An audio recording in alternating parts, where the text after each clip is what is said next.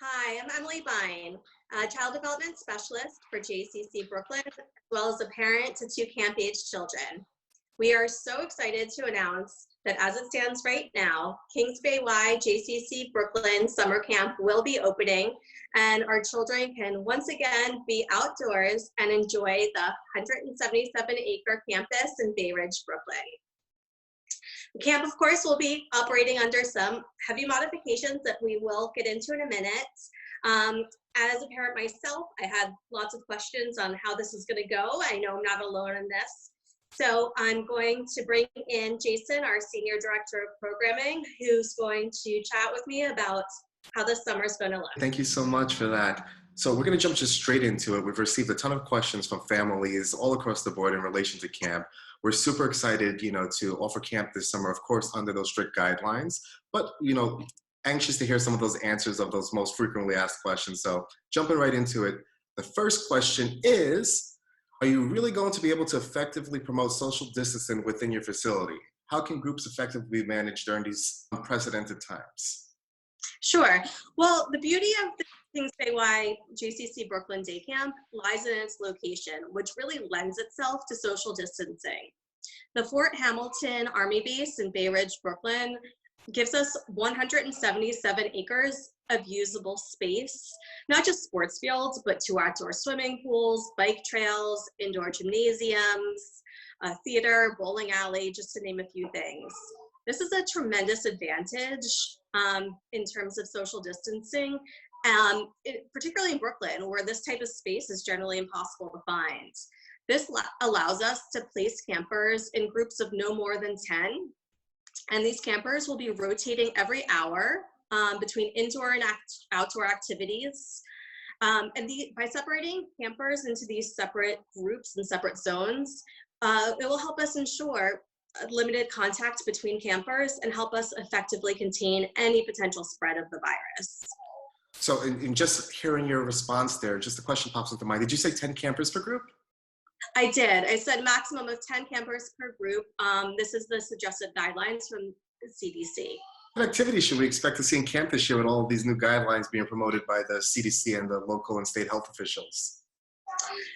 Yes, while the guidelines might be a little bit different, many of our activities will stay the same. Things like swimming, non-contact sports, arts and crafts, theater, music, all of those things will continue. Well, the campers are in their groups of 10.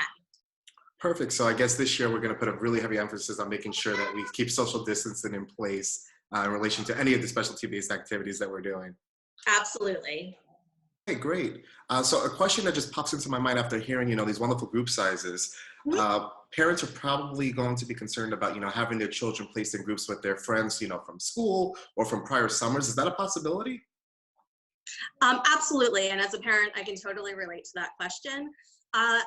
If you have a request for your child to be placed with their friends, fellow campers from last year, please just contact the office and we'll do our best to accommodate your request. Awesome. Thank you. So could you please go into some details about the plans for, personal protection for campers and staff, the sanitization procedures and the medical protocols? Absolutely. These right now, as we know, guidelines are changing constantly, but I'll give you the plan as it stands right now, and obviously we'll make any amendments that health experts tell us we need to make. But as of right now, one of the first things starting is we'll make any amendments to medical forms if needed. When campers arrive and staff arrive, we'll be using non-touch thermometers to take everyone's temperature in the morning. All staff will be wearing masks at all times. There will be sanitation stations for hand washing set up around the fields, every indoor space, multiple ones, and we will have special staff dedicated to cleaning the bathrooms constantly and sanitizing our space. So pick up and drop off procedures. How are we doing that this summer? Great question. Safety is our number one priority, and that's on our minds for everything, especially pick up and drop off. Drop off will be staggered as we'll pick up, with children arriving and leaving in a staggered formation rather than arriving and leaving in big groups. At drop-off, they'll also be doing the non-touch temperature testing, making sure all of our campers are healthy and ready to come to camp. That's awesome to hear. So I assume that this process is going to start well before summer even begins, and having, medical guidelines and safety checks done preemptive to camp. Absolutely, yes. A big question coming to us from many families is in relation to our trip and transportation procedures. Would you be kind enough to describe that for us, please? Absolutely. We are following the CDC guidelines, which as of right now suggests suspending trips as we know it.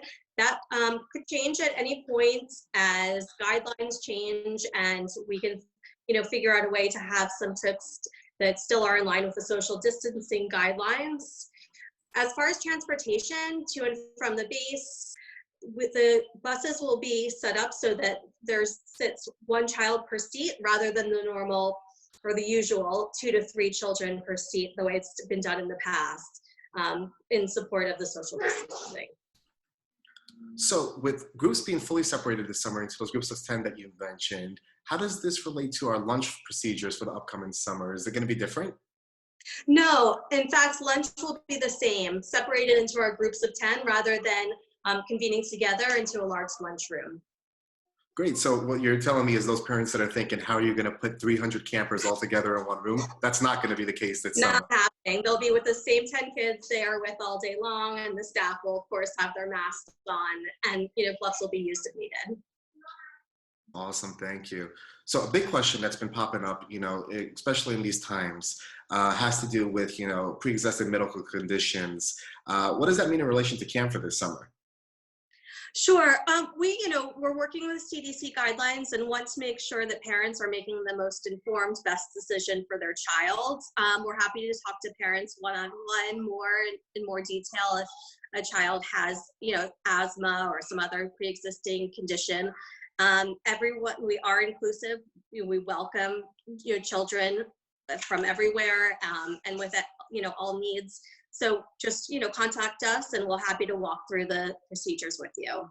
Great.